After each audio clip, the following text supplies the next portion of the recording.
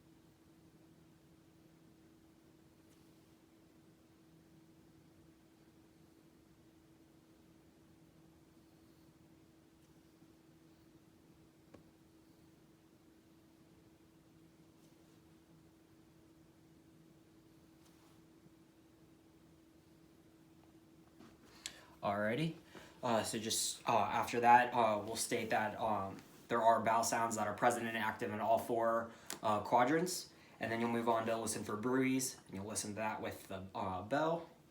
So you'll go ahead and you'll listen for the aortic. So that'll be about 2 or 3 from down here, so we'll feel about there.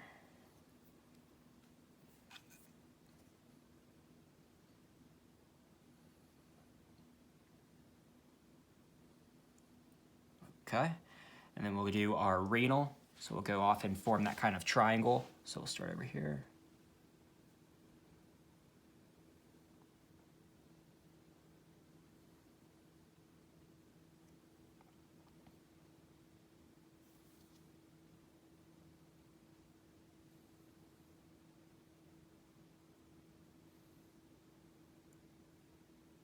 Alrighty.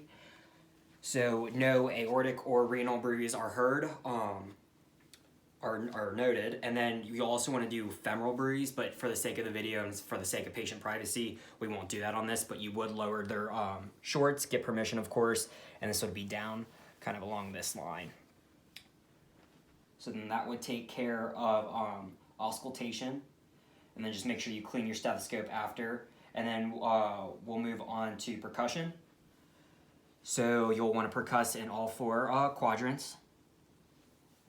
So we'll start down here. Get down a little bit lower.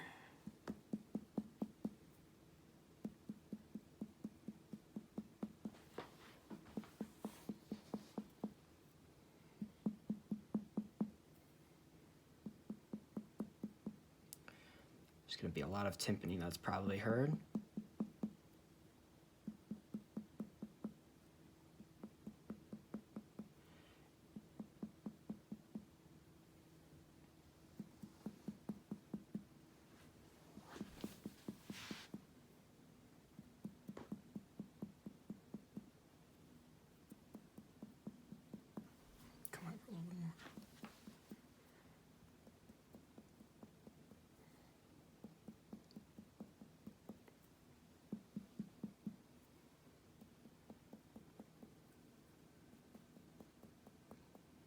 Alrighty, and then palm percussion, the 4 quadrants, it's mainly tympanic sounds. You might hear some dullness, and that would be mainly up in the right upper quadrant due to the liver, or it could be signs of another enlarged organ or possibly the bladder, full bladder. So then we'll go on and we'll percuss for the size of the liver and look for our liver span. So we'll start over here in the midclavicular line on the right side. We'll start down here and we'll go, we'll hear tympany until we hear dull, and we'll mark it.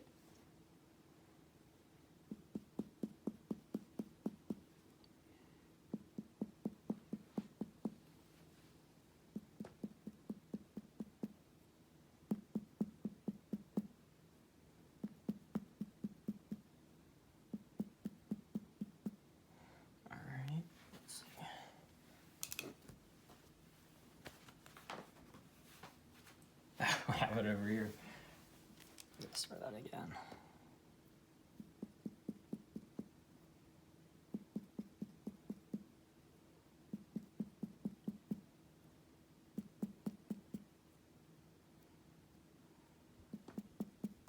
So we do hear dullness there, so we'll make a little mark. And then we'll come up here and we'll start just above the nipple, and we'll hear, we'll go from hearing resonant sounds until we hear dull, and we'll mark it from there.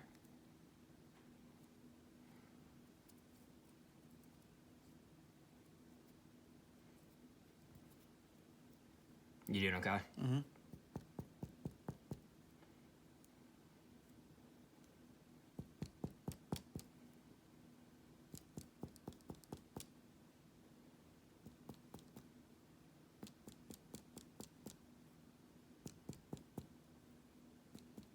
Okay, so there's the dullness. Mark that again. Then we'll go ahead and we'll have to measure that.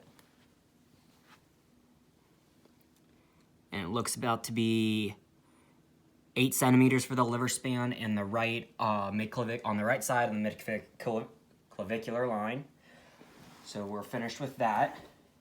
And then we will go on to palpation, and then just keeping in mind, I'm sure it's hard to see in the video, but while we're percussing and then while we're palpating, we also want to keep an eye on the patient's face to watch for any guarding, any discomfort. That'll indicate signs of an abnormality. So then we'll go on to palpation. So we'll start with light palpations in all 4 quadrants. So we'll just use our finger pads with one hand. Let me know if I'm gonna be pushing down on your abdomen. Let me know if it's, I know it might tickle or anything like that, but just let me know.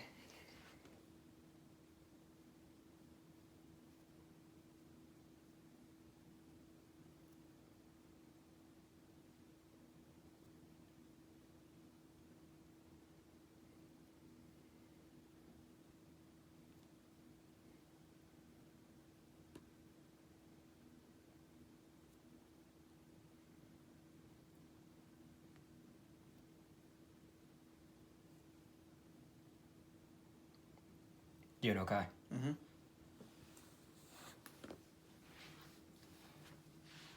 You just want to make sure you're hitting in a few different areas of the quadrants to make sure you're feeling for everything.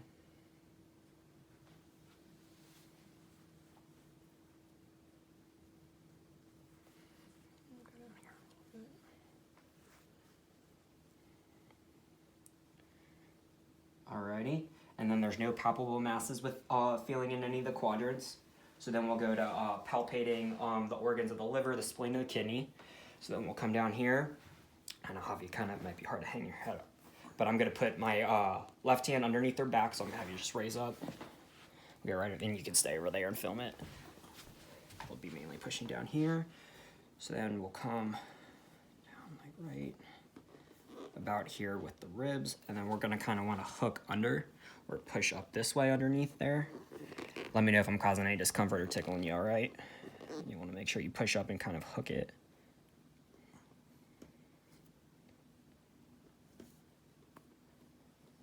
Sorry, I know that's... Alrighty, and feeling that, it normally wouldn't be palpable if it's normal, so we really normally wouldn't feel it, so I don't feel any enlargement with that, no hepatomegaly. And then we'll come over here, we'll do the spleen. So I'll kind of do the same thing. We'll kind of go in the right area. My right hand will go underneath the patient, and then my hand will come over here, with more on the side of the 11th and 12th rib. Sorry. Okay. We'll kind of do the same thing. You want to kind of push in, kind of like hook and catch for it.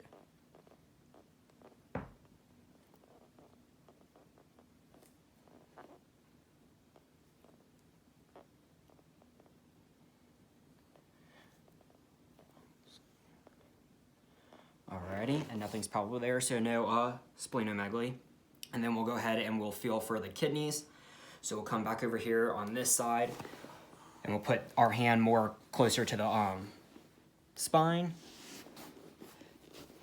And then we'll try and kind of like hook the kidney by pushing up and pushing down. Like I said, normally it wouldn't be felt if they're a normal, healthy patient. You doing okay? Mm-hmm.